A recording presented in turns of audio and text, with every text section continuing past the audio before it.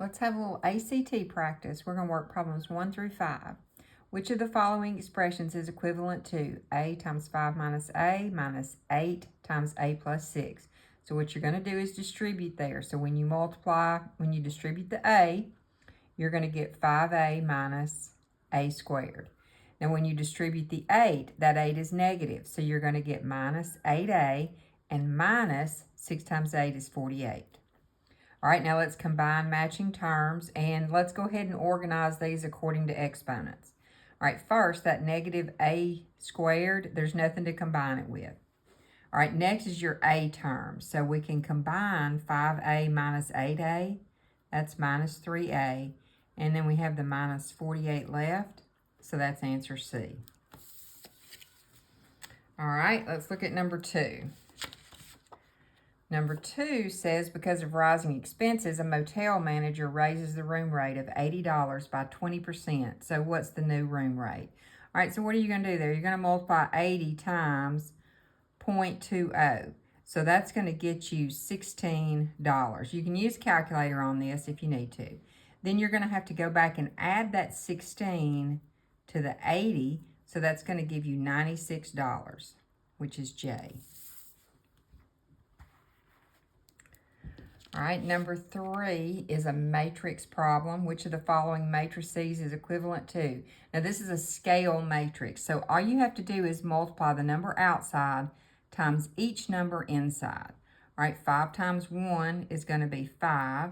5 times 2 is 10. 5 times 3 is 15. 5 times 4 is 20. So that leaves you with choice E.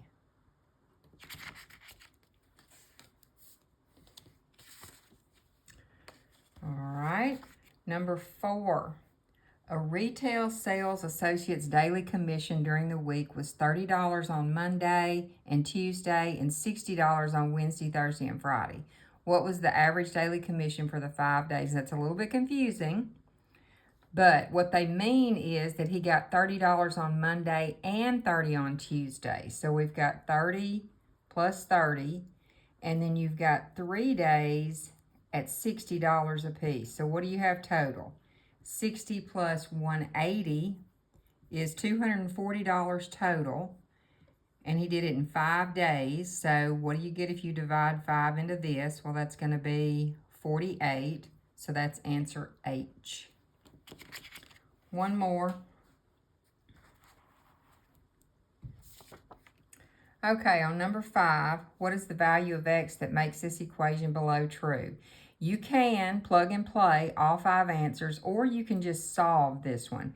So I'm going to do that. If I plug and play 5 times, I don't know if it's going to be the last one. You know, there's a lot of ifs there. So, and this one looks pretty simple. First, you're going to combine or get rid of one of your x terms. So I'm going to add x to each side. That gets rid of this x, and it makes this 4x over here. All right, next, I'm going to get rid of the number added to or subtracted from the variable term. So that's 10. So now I have 16 is equal to 4x divided by 4, and x is equal to 4. Answer choice E. All right, that was the first 5.